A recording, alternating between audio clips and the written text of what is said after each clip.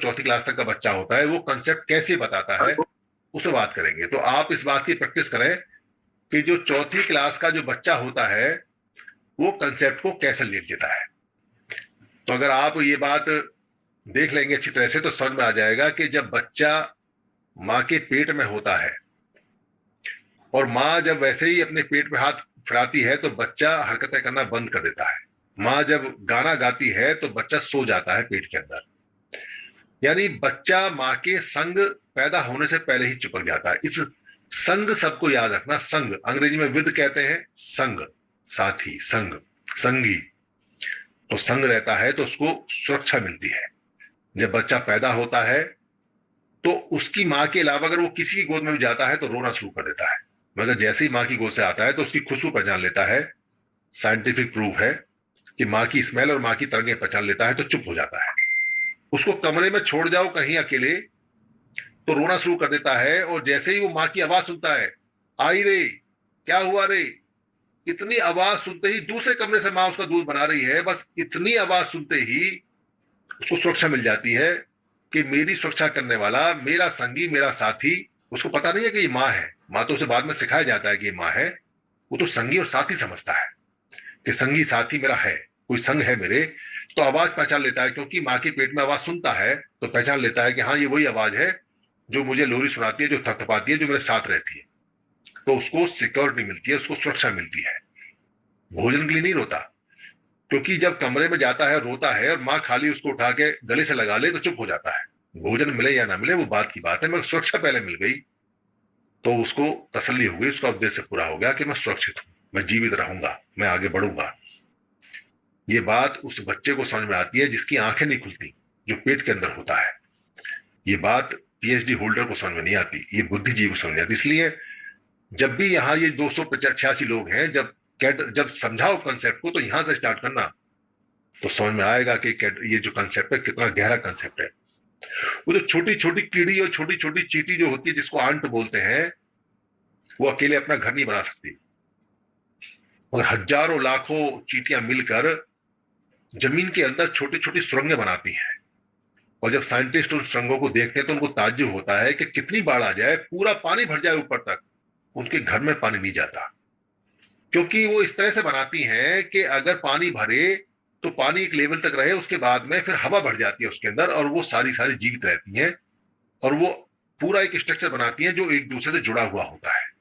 यानी वो जुड़ना और जोड़ना जानती है कि इमरजेंसी में अगर कहीं किसी को कोई खाना कहीं रखा हो, तो खाना को कलेक्ट करती है तो कैसे एक दूसरे के पास पहुंचेंगी, तो वो सारा इंतजाम रखती है, क्योंकि वो जुड़ना और जोड़ना जानती है। इसलिए उनकी संख्या इतनी है कि अगर उनका उनका वजन कर लिया जाए तो उनका वजन लाखों टन में बैठेगा पूरी अर्थ पे, इतना उनका वजन है, क्योंकि वो जिंदा रहना, जुड़ना जोड़ना जानती है। तो जो छोटी सी जो चीज है जिसको मधुमक्खी बोलते हैं, वो कितनी मेहनत करती है। अकेले मेहनत करेगी तो शहद का मीठा छत्ता नहीं बना सकती, अपने बच्चों के लिए मोम का घर नहीं बना सकती। अकेली अकेली जो मधुमक्खियां कैसे बनाएंगी। मगर वो लाखों जो मधुमक्खियां हैं वो जंगल में मेहनत करती हैं लगातार, और वो दसियों किलो मोम और दसियों किलो शहद इकट्ठा कर देती हैं जगह जगह पेड़ों पे, और जिसको हम लोग तोड़ लाते हैं। वो फिर भी कुछ नहीं कहती जब तक उनको छेड़ो ना। अगर उनको छेड़ोगे, उनको मारोगे, उनकी सुरक्षा में दिक्कत आएगी तो वो काटेंगी, तो जान भी ले लेंगी। तो ना तो उन्होंने पीएचडी की है चींटियों ने, ना वो किसी यूनिवर्सिटी में गई हैं, ना उन्हें कोई पढ़ाने आया, ना उन्होंने बाबा साहब के वर्डियम पढ़े हैं, ना वो उन्होंने बुद्धि की क्लास ली है। उन्होंने तो प्रकृति की क्लास ली है, नेचर की क्लास ली है। ये नेचर की और कुदरत की और प्रकृति की और भक्ति की क्लास ही बुद्ध ने ली थी। और यही क्लास बुद्ध से पहले जिन्होंने साथ रहना सिखाया उन्होंने ली। और उन्होंने क्या ली, वो तो उनके तो जब तक वो बंदर से बनमानुष से आदमी बने तब से साथ चल रहा है। बंदर आज भी झुंड में रहते हैं, बंदरों से सीखना चाहिए। ना तो वो किसी यूनिवर्सिटी में गए, ना पीएचडी की उन्होंने, ना कोई किताब पढ़ी। और आदमी तो बाद में बने, बंदर पहले बने। तो उनको झुंड में रहना आता है, और वो अपने बच्चों को चिपटा के रखते हैं, उनको जोड़ के रखते हैं अपने से, इसलिए अपने बच्चों को दूर नहीं करते। कोई भी बंदरिया अपने बच्चे को दूर नहीं रखती, उसे पता है जब तक बच्चा साथ रहेगा। और बच्चा भी झट भाग के चिपक जाता है जैसी माँ उसकी जाती है, उसे पता है सुरक्षा माँ के साथ है।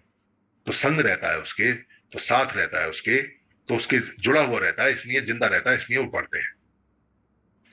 तो प्रकृति में सारी चीजें धीरे धीरे करके ध्यान से देखें, पढ़ने की जरूरत नहीं है, तो पता चलता है कि हर एक जानवर जितने बचे हैं पृथ्वी पे वो सब झुंड में रहते हैं। सारे जानवर, चाहे वो मारने वाले हैं चाहे वो मरने वाले, चाहे वो शिकार होने वाले हैं शिकार करने वाले, सब रहते हैं। तो देखेंगे कि पानी के अंदर भी सब साथ रहते हैं, तो पानी के अंदर अलग अलग कीड़े सारे अलग अलग झुंड में रहते हैं। भाई झुंड में रहते हैं, अगर अलग अलग रहेंगे तो शिकार हो जाएंगे, तो झुंड में बच जाते हैं। और जब वो झुंड में हमला करते हैं तो जो उनका शिकार करने आता है उसको मार गिराते भी हैं। तो जानवर सारे इकट्ठे रहते हैं। तो क्या पक्षी जो है वो भी झुंड में रहते हैं? तो पक्षियों के समूह झुंड में रहते हैं। अभी जो ठंड का माहौल चल रहा है, तो साइबेरिया से यहाँ दिल्ली के अंदर जो झील में आते हैं पक्षी, इस समय आए हुए हैं सारे सारे, वो वहां से झुंडों में चलते हैं और बिना खाए बिना पिए रूस से लेके और दिल्ली तक की यात्रा करते हैं और फिर वापसी करते हैं। और यहाँ झुंडों में रहते हैं सबके सब, इसलिए बसते हैं, इसलिए इतनी लंबी लंबी यात्राएं भी वो जीत जाते हैं। जुड़ेंगे तो यात्राएं जीत जाएंगे, जुड़ेंगे तो जिंदगी से जीत जाएंगे। ये छोटा सा फलसफा, छोटी सी बात है जो कण कण में विद्यमान है। कण कण में, कण कण जुड़ता है तो पहाड़ बन जाता है, जिसको हिमालय बोलते हैं। और वो हिमालय इतना भारी पड़ जाता है कि अच्छे अच्छे के लिए वो मुसीबत के पहाड़ कहलाए जाते हैं। कितना मुसीबत का पहाड़ है, और कण कण जुड़ जुड़ के बना हुआ है वो। अगर देखेंगे तो सारे पेड़ जितने भी हैं वो झुंड में रहते हैं तो बच जाते हैं, तो झाड़ियां भी झुंड में रहती हैं तो बच जाती हैं। कितनी कमाल की बात है।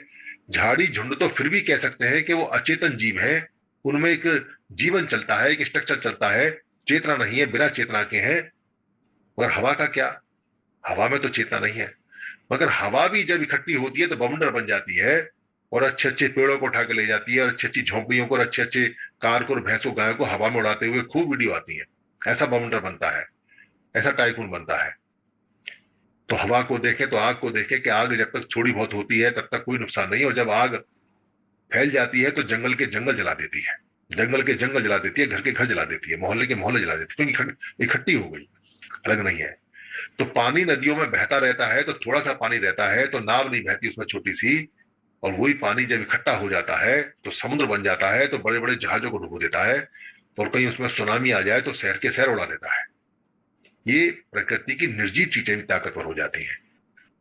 तो किसी को समझ में नहीं आए अगर इनसे, तो उसको समझाओ कि भाई जुड़ने और जोड़ने का सिद्धांत हमने नहीं बनाया, बाबा साहब ने नहीं बनाया, बुद्ध ने नहीं बनाया, महापुरुषों ने नहीं बनाया। उन्होंने तो कैसे हमको जुड़ना है, क्योंकि हम भटक गए, हम अलग अलग हो गए, हमको अलग अलग कर दिया, हमको कैसे जुड़ना है ये तरकीबें बताई है उन्होंने, हमको याद दिलाया है। जुड़ने और जोड़ने का काम तो हमारे खून में है।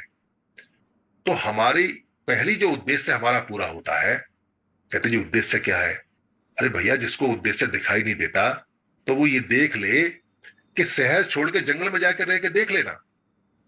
अगर उद्देश्य समझ में नहीं आता कि साथ रहने का, संग रहने का, इकट्ठे रहने का क्या उद्देश्य होता है, तो आज ही अपने घर मकान का जो कॉलोनी फ्लैट है किसी बुद्धिजीवी का, किसी जानकार का, तो उसको छोड़ दे और अकेला जंगल में चला जाए, और अकेला जंगल में जाकर रात बिताए। कोई खतरा नहीं है वहां पर, फिर भी डर लगेगा उसको, सांप ना आ जाए, भालू ना आ जाए, शेर ना आ जाए। हालांकि सारे शेर और भालुओं को मार के खा चुका है आदमी, पर फिर भी उसे डर रहेगा। तो उसे डर रहेगा कि चोर ना आ जाए, आदमी का आदमी से डर रहेगा चोर ना आ जाए कहीं, तो रह के दिखा दे अकेला। अगर उसको इकट्ठे होने में इतना ही ऐतराज आ जाए, उसको इकट्ठे होने का उद्देश्य समझ में नहीं आता, तो जाए जंगल में अकेला जाके रह जाके दिखाए। नहीं जाते। छोटा बच्चा भी रात के अंधेरे में नहीं जाता, डर लगता है, तो उसको संगी साथी चाहिए। और तो बात छोड़ो, अगर घर की बत्ती अचानक बंद हो जाए, अंधेरा आ जाए, तो डर लगने लगता है, अंधेरे से डर लगने लगता है। मगर अगर अंधेरे में आवाज देते, अम्मा आवाज देते, बापू आवाज देते, भाई आवाज देते, बहन आवाज देते, तो हिम्मत आ जाती है कि अकेला नहीं, कोई और है। काम में लगते हैं कई लोग अंधेरे से, तो उनको साथी चाहिए, संगी चाहिए। तो कहीं आने जाने के लिए संगी साथी ढूंढते हैं, कोई संगी मिल जाए, कोई साथी मिल जाए। तो ये जो संगी और साथी शब्द है, ये संग ही से बना हुआ है। संग चाहिए, हर समय चाहिए, काम करते समय चाहिए। इसलिए सारे लोग आज भी झुंडों में रहते हैं, चाहे गांव में रहे, चाहे वो शहर में रहे, चाहे कबीले में रहे। तो मनुष्य झुंड में रहता हुआ आया है, मगर हमारे बड़े झुंड से हमको अलग कर दिया है और हमें टुकड़ों में करने का एहसास दे दिया है। हमारे आसपास का वातावरण इंसिक्योर है, हम पिट जाते हैं तो हमारे आसपास झुंड नहीं है जो खड़ा हो जाए हमारे साथ, इसलिए हम पिट जाते हैं। अगर हमारे आसपास झुंड हो, हमारे आसपास लोग इकट्ठे हो और हमारे अपने लोग हो, तो कोई पीटेगा ही नहीं, तो उद्देश्य पूरा हो जाता है। लोग इस बात को उद्देश्य समझते हैं, जो बुद्धिजीवी हैं, कि एट्रोसिटीज होगी तो संगठन चाहिए, एट्रोसिटीज होगी तो उसके लिए संगठन बनाते हैं। इस बात को नहीं सोचते वो कि अगर संघ बना लेंगे तो एट्रोसिटीज होगी नहीं। अगर इकट्ठे हो जाएंगे जानवर तो शेर आएगा ही नहीं। शेर तो अकेले में आता है, क्योंकि शेर इतना दमदार नहीं होता कि झुंड पे हमला कर दे। हाथियों के झुंड पर शेर हमला नहीं करता, मगर अकेला हाथी मिल जाए तो सारे शेरों के झुंड मिलकर हमला कर देते हैं। मौके की तलाश में रहते हैं कि कब झुंड से अलग हो और कब इस पे हमला करें, या कब इसका छोटा बच्चा अलग हो या कोई बीमार बूढ़ा अलग हो, कब हमला करें। वो झुंड में देखते देखते रहते हैं, देखते रहते हैं। जो अफ्रीका की जो वीडियोज आती हैं उसमें बताया जाता है बार बार बार बार कि कैसे झुंड में जानवर चलते हैं, जिराफ चलते हैं, और जो जानवर है वो चलते हैं, उनमें जो कोई लंगड़ा या बीमार होता है तो शेरों का झुंड उसके आसपास घूमता रहता है, और फिर वो दौड़ाते हैं, और जैसे ही वो दौड़ के लंगड़ा या बीमार या बच्चा पीछे रह जाता है उसको दबोच लेते हैं। ऐसे ही वो हमारे संघ को दौड़ाया, उन्होंने हमारे लोगों को अलग अलग किया, तब हमारा शिकार हुआ है। जब तक हम साथ थे तब तक हम शिकारी थे। जब हम अलग अलग हो गए तो हम शिकार हो गए।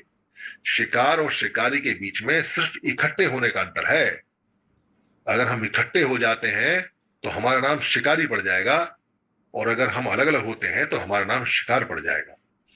तो हमारे जो बुद्धिजीवी और जानकार लोग हैं वो कहते हैं कि तुम शिकार बन के आओ और हम तुम्हारे लिए महलम पट्टी, एफआईआर कराने का इंतजाम, कोर्ट में हम पैरवी, हम तुम्हारे तख्ती और वो लेके बैनर लेके लड़ेंगे। हम शिकारी से मांग करेंगे कि इसने शिकार क्यों बनाया। क्या बेवकूफी है भाई, तुम शिकारी से मांग करने के लिए तैयार हो और खुद शिकारी बनने को तैयार नहीं हो। तो कैसा बुद्धिजीवी है। तो क्या पढ़ के आया, कहां पढ़ के आया? चौथी क्लास में पढ़ लेता। कल बताया था, क्या बताया? बहन जी ने बताया, कबूतर सारे के सारे फंस गए, जाल लेके उड़ गए, इकट्ठे थे तो उड़ गए। अरे भाई, इतनी सी बात समझ में नहीं आती है, कहानी पढ़ते रहते हो पढ़ते रहते हो पढ़ते रहते हो, क्योंकि तुम्हें आदत पड़ गई है कि हमको पढ़ाना है, मानना नहीं है। इसलिए बाबा साहब की बात नहीं मानी। बाबा साहब ने कहा ऑर्गेनाइज, तो बाबा साहब कहते हैं कौन बाबा साहब, बस बाबा साहब का नाम लो और अपना काम करो। मनमानी तो हमें अपनी है ना।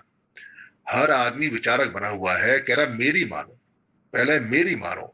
भाई बाबा साहब का नाम तो मैं इसलिए ले रहा हूं कि बाबा साहब ने ये कहा ताकि तुम जम जाओ, तुम बैठ जाओ, बात मैं अपनी करूंगा, बात मेरी। मतलब बाबा साहब की नहीं माननी।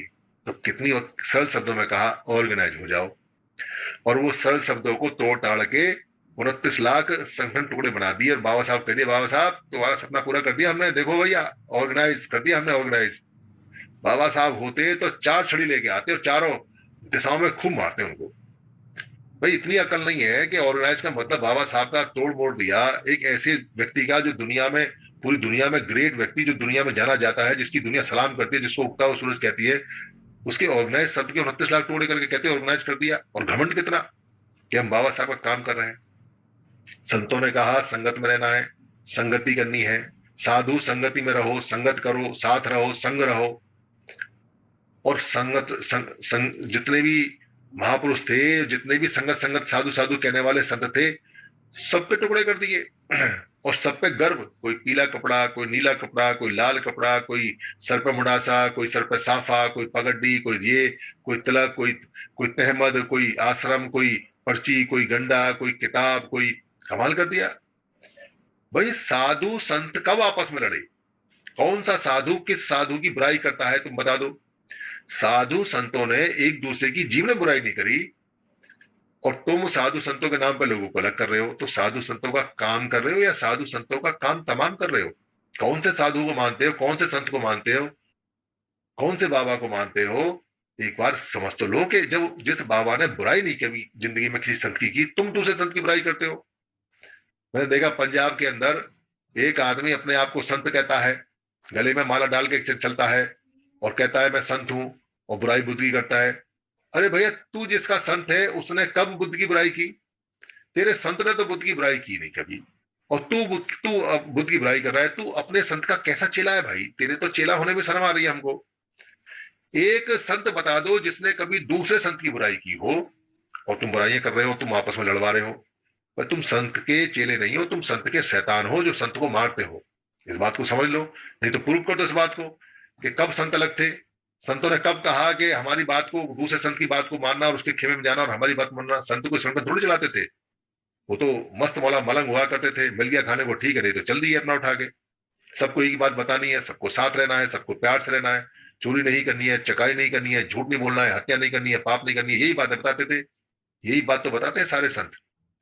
ये चौथी क्लास से नीचे का ज्ञान है, इसमें पांचवी क्लास नहीं है। ये चौथी क्लास से नीचे का ज्ञान भी अगर आ जाता है तो भी हमारा काम हो जाएगा। हमें पांचवी क्लास में पढ़ना ही नहीं है, हमें जरूरत ही नहीं है, हमें तो सिर्फ मानना है। सारा काम सारा काम सारा काम हमें संतों ने बताया, और ऐसे संतों ने बताया जो कभी क्लास में गए नहीं, जो कभी स्कूल में गए नहीं। बुद्ध कौन सी क्लास में गए, कौन सा सर्टिफिकेट है, कोई बता दे उन्हें कि पहली क्लास पास की, दूसरी पास की, तीसरी की, कोई पीएचडी से यूनिवर्सिटी लाए हो। और पूरी दुनिया के जगत गुरु हैं, पूरी दुनिया को पढ़ाते हैं। और लोग मोटी मोटी किताब और ऐसा मोटा मोटा लेक्चर अंग्रेजी में मारते हैं बुद्ध के नाम से। बुद्ध होते तो उन्हें खुद शर्म आ जाती कि मैं बता के क्या गया और ये बता क्या रहा है। अरे छोटी सी बात बताई है उन्होंने, संघं शरणं गच्छामि, और पता नहीं कहां कहां उसको लेके चले गए, और कितने मठ बना दिए, कितने मठ बना दिए, और कितने तरह के भिक्खु बना दिए, और कितने तरह की ड्रेस बना दी, और कितने तरह के विचार बना दिए। कोई अलग तरह का लेके आ गया, कोई अलग तरह का लेके आ गया। भाई कितने टुकड़े करोगे तुम, और तुम काहे के बुद्ध की फिलॉसफी बताते हो? जो व्यक्ति ये कहता है कि संघं शरणं गच्छामि है, उसके संघ के 50 टुकड़े करोगे क्या? ये भारत के अंदर ही जो जितने मठ बना रखे हैं भिक्खुओं ने, वो अलग अलग संघ में चलते हैं और दावा ये करते हैं कि हम बुद्ध को जानते हैं। और भाई साहब आप उन्हें जरा छेड़ दो जरा बुद्ध के नाम से, आपके कपड़े फाड़ देंगे। वो कहेंगे हमें पढ़ा रहा है क्या, हमसे बात कर रहा है क्या? तो आया बड़ा वहां का नवाब बन गया है, हम भिक्खु हैं भिक्खु, हम बुद्ध के ये हैं, हम बुद्ध के वो हैं। और एक बात कह लो भाई, संगम शरणम गच्छामि मतलब संघ एक होना चाहिए, नहीं होना चाहिए? इसको कुछ नहीं कहेंगे, जवाब भी नहीं देंगे, पूछ के देख लेना। जितने भी संगठन है सारे के सारे बाबा साहब को कहते हैं ऑर्गेनाइज ऑर्गेनाइज ऑर्गेनाइज। भाई ऑर्गेनाइज का मतलब बता दो तुम, क्या होता है? अब वो इस बात से परेशान नहीं है कि ऑर्गेनाइज का मतलब क्या है क्या नहीं, इकट्ठा नहीं होना है। अब उन्होंने बात दूसरी पकड़ ली है। क्या बात पकड़ ली है? और ये समर संघी ना पैसे बंद करवा रहे हैं, ये आरएसएस के आदमी है, ये बीजेपी के आदमी है, ये दुश्मन के आदमी है, ये पैसे बंद करवा रहे हैं। पर पैसे ही तो बंद करने के लिए कहा है, संगठन बंद करने के लिए थोड़ी कहा है हमने। हम ये थोड़ी करें कि संगठन बंद कर दो, हम तो ये करें इसको और बड़ा कर लो, सारे मिल जाओ और बड़ा कर लो। हम तो बढ़ा रहे हैं, तुम इकट्ठे हो जाओ तो और बड़ा हो जाएगा। हम तो तुम्हारी दुकान बढ़ा रहे हैं, तुम्हारा काम बढ़ा रहे हैं, तुम्हारे मेंबर बढ़ा रहे हैं, और हम तो कह रहे हैं पैसे देंगे तब जब इकट्ठे हो जाओगे तब। अब इसे प्रूव कर लो भाई कि ये बुरा है। 1000 आदमियों से पूछ लो, अगर एक भी आदमी ये कहता हो कि इस बात में कोई दिक्कत है। भाई दुकान पर जाते हो तो दुकानदार को क्या कहते हो? पैसे देंगे तब, जो सामान मांगा है उसे दोगे जब। कोई बिना सामान लिए पैसे थोड़ी देता है। कोई दुकानदार पे आप जाओ और जाके उसको 1000 का नोट फेंक के चले जाओ, 2000 का नोट फेंक के चले जाओ, ले भी ले 2000 रुपए ले, और हमें सामान न चाहिए। और ऐसा होता है क्या? जब तुमने दुकान खोल रखी है और तुम पैसे ले रहे हो तो भाई पैसे देंगे जब, सामान दो। तुमने क्या प्रॉमिस किया था? तुमने क्या सामान देने के लिए कहा था? तुमने कहा था कि सारे अधिकार जितने भी हैं बाबा साहब लेके आए हैं, बाबा साहब का कारवां हम किसी भी हालत में पीछे नहीं जाने देंगे। अब अपनी स्पीच उठा के देख लो भाई, सारी स्पीच उठा के देख लो। अगर तुमने एक बार भी ये कहा हो कि हम तुमसे पैसे भी लेंगे और बाबा साहब का कारवां पीछे पहुंचा देंगे जहां से आया था, तुमने प्रॉमिस किया था, तो बाबा साहब का कारवां आगे बढ़ना चाहिए था, वहीं रहना चाहिए था, पीछे चला गया। तो भाई पैसे क्यों दें? तो पैसे देंगे जब, सामान दोगे जब। तो सामान दो हमें, सामान तो है नहीं तुम्हारी दुकान पे कुछ भी, पैसे ले लेके भाग जाते हो तुम। तो ऐसी दुकान पे कौन जाएगा भाई? इसलिए उनको ये बात कहते बुरी लगती है। वो कहते हैं हमारा तो फ्री में आ रहा था पैसा बिना सामान दिए। ये समर संघ वाले कहां से आ गए? ये लोगों को जगा रहे हैं, पैसे देंगे तब, सामान दोगे जब, पैसे देंगे तब, इकट्ठे हो गया होगे जब, पैसे देंगे जब, जब एकता हो जाएगी तब। ये अजीब सी बात है, इसका वो प्रचार करने लगे हैं। अच्छी बात है, काम चल रहा है। फिर भी उनको चौथी क्लास का जो कैडर है वो उनको बताना चाहिए कि भाई चौथी क्लास से पहले पहले की क्लास पढ़ के आए, और हम तो उतना ही जानते हैं, हम कोई ज्यादा पढ़े लिखे नहीं है, मगर हमको ये पता है कि अगर हमारे 50 आदमी मोहल्ले में एक साथ रहते हैं तो उस मोहल्ले से गर्म हवाएं भी बच के निकलती हैं। वो भी ये कहती हैं यहाँ लोग इकट्ठे हैं, यहाँ नहीं जाना, ये तुमको ठंडा कर देंगे। वो जो गर्म हवाएं उनको ठंडा कर देते हैं 50 आदमी मिलके। इसलिए भाई गर्म हवाएं भी बचती हैं। कहते हैं जहां इकट्ठे रहते हैं वहां बलाएं नहीं आती। बलाएं का मतलब है बल, बल नहीं आता। बल नहीं आता मतलब कोई एक्स्ट्रा फोर्स, ताकत नहीं आती। यानी जहां लोग इकट्ठे रहते हैं उनका बल ज्यादा होता है, तो वहां कोई बल प्रयोग नहीं करता, तो बलाएं नहीं आती वहां, तो बल नहीं आता वहां, तो मुसीबत नहीं आती वहां। तो कोई आदमी डंडा वंडा लेके प्रयोग करना चाहे तो नहीं कर सकता। इसलिए संगठन में शक्ति होती है, इसको कोई मना नहीं कर सकता। और ये हर व्यक्ति जानता है कि जैसे ही मोहल्ले के अंदर, जैसे ही कहीं कोई झगड़े वाली बात होती है तो पूरा मोहल्ला एक साथ निकल के आ जाता है। झगड़ा खत्म, जैसे ही लोग आ जाते झगड़ा खत्म हो जाता है, तेरे में लोग आगे, लोग आगे, लोग आगे। और समझ में नहीं आता तो उनको पढ़ाओ, सिखाओ कि जब भी कोई महिला, जब भी कोई लड़की, जब भी कोई लड़का, जब भी कोई बुढ़ा, जब भी कोई आदमी, जब भी कोई घर में रहने वाला अकेला व्यक्ति, उसके घर में अगर चोर चकार आ जाए, कुछ लुटेरे आ जाए और वो चीख मार दे, कह दे बचाओ बचाओ, और 5 आदमी उधर से आवाज लगा दे, कौन है रे हम आ रहे हैं, कौन है रे हम आ रहे हैं, तो चोर का जिसका पेशाब 10 दिन से नहीं आता वही निकल जाता है, सिर्फ आवाज सुन के। संगठन में इतनी शक्ति होती है, इसलिए चोर जितने भी आते हैं वो चुपके आते हैं कि ये संगठित ना हो जाए, इकट्ठे ना हो जाए, क्योंकि उन्हें पता है कि इकट्ठे हो जाएंगे तो भागना पड़ेगा। इसलिए इकट्ठे होने के लिए, कहीं कोई बताने के लिए, कोई पीएचडी की डिग्री, कोई बुद्धिजीवी या उद्देश्य बताने के लिए कहीं कोई आवश्यकता नहीं है। जो लोग इकट्ठे हो जाते हैं दुनिया में, खुद उनसे पूछ लो कि भाई इकट्ठे हुए लोगों का कोई काम रुका आज तक? कोई काम ऐसा हुआ जो ना हुआ हो? इकट्ठा जो करते हैं, जो इकट्ठे रहते हैं, उनकी कोई मुसीबत नहीं आती उन पर, उनका कोई काम नहीं रुकता, बड़े से बड़े काम भी उनके हो जाते हैं। इसलिए मनुष्य जंगल में जाके नहीं रहता, वो किसी मोहल्ले में रहता है। वो कितना ही गरीब हो, कितना ही अनपढ़ हो, कितना ही बुद्धिहीन हो, बेवकूफ हो या पागल भी हो, पागल भी गांव जंगल में नहीं घूमता, पागल भी शहर में घूमता, गलियों में लोग उसे पत्थर मारते, डंडे मारते, उसे भी पता है यहाँ रहूंगा तो देखा रोटी वोटी मिल जाएगी, सुरक्षा है, जंगल में तो कोई जानवर वानवर भेड़िया भेड़िया खा जाएगा। तो कितनी छोटी छोटी सी बातें हैं, और इतनी छोटी छोटी सी बातों के लिए कितने बड़ी बड़ी लोग फिलॉसफी दे जाते हैं, उसका कोई फायदा नहीं। तो फायदा इस बात से है कि जो गणतंत्र दिवस मनाने जा रहे हो कल, उसका गण कहाँ है? भाई गणतंत्र दिवस मनाने आ रहे हो, 73वां है, तो 72 वाले जो दिवस मना चुके हैं उनमें गण तो ढूंढ लो, गण कहाँ है? गण बना भी है हमारा नहीं। भाई गणतंत्र दिवस वही मना रहे हैं जिनका गण ऑलरेडी है, जो ऑलरेडी गण में है और संघ में है। हमारा नहीं बना आज तक भी। हमारे तो 72 के 72 गणतंत्र दिवस बेकार गए हैं, क्योंकि हम तो टुकड़ों में टूटे पड़े हैं।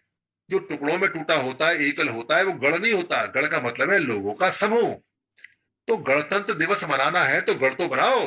अगर गण नहीं बनाओगे तो उसका दिवस क्यों मनाते हो? किस बात की शुभकामना, किस बात की मनोकामना, किस बात का जश्न मनाते हो? खाली संविधान लागू होने से गण बन गया? अभी अगर संविधान लागू हुआ तो जो व्यवस्था थी तुरंत हो गई? वो तो करनी पड़ेगी, वो तो लोगों को बताना पड़ेगा, वो तो लोगों को इकट्ठा करना पड़ेगा, तो गण बनाना पड़ेगा। तो उम्मीद करो कि हम दो जो 74वां मनाएंगे वो शायद हम गणतंत्र दिवस मना पाए। अगर हम सारे के सारे लोग मेहनत करें, हम सारे सारे लोग लगे और छोटे छोटे गण बना के एक बहुत बड़ा गण समूह बना लें, फिर हम ये कह सकते हैं कि ये समण संघ का गण है, ये गण संघ है, ये समण गण संघ है। तब गणतंत्र दिवस बन सकता है, तब आप संविधान की जय कर सकते हो, तब संविधान आपके लिए कुछ कर सकता है। और आप बिखरे हुए हो और खुशी इस बात की मनाओ कि हमारा गण है, तो ये तो ठीक ऐसे ही है कि घर में नहीं है दाने और अम्मा चली बनाने, उसका कोई फायदा नहीं होता। इसलिए मेहनत करके, जैसे बाकी सब लोगों ने अपने गण बना रखे हैं और वो वास्तव में गणतंत्र मना रहे हैं, मजा ले रहे हैं, वैसे ही हमको गण बनाना चाहिए। इसमें जो सबसे ज्यादा परेशानी हमें आती है वो आती है जो हमारे 6,743 जातियों के अलावा जो हमारे 29 लाख टुकड़े संगठनों में हैं, उनके लोगों को, वो बुद्धिजीवी लोग हैं, उनकी बुद्धि ज्यादा कामयाब है, वो बड़ी बड़ी भाषण देते हैं, बड़े बड़े स्पीच देते हैं, उनको बड़ी बड़ी शील्ड मिलती है, उन्होंने भाषण देने के नेतागिरी के कपड़े सिलवा रखे हैं, उन्होंने बाकायदा अपना एक डेकोरम बना रखा है। उनका फोन भी करोगे आप तो फोन पहले पी उठाएगा, फिर कोई और उठाएगा और पी आपको भगा देगा, कहेगा कौन सुधीर राज, मेरे साथ हुआ है।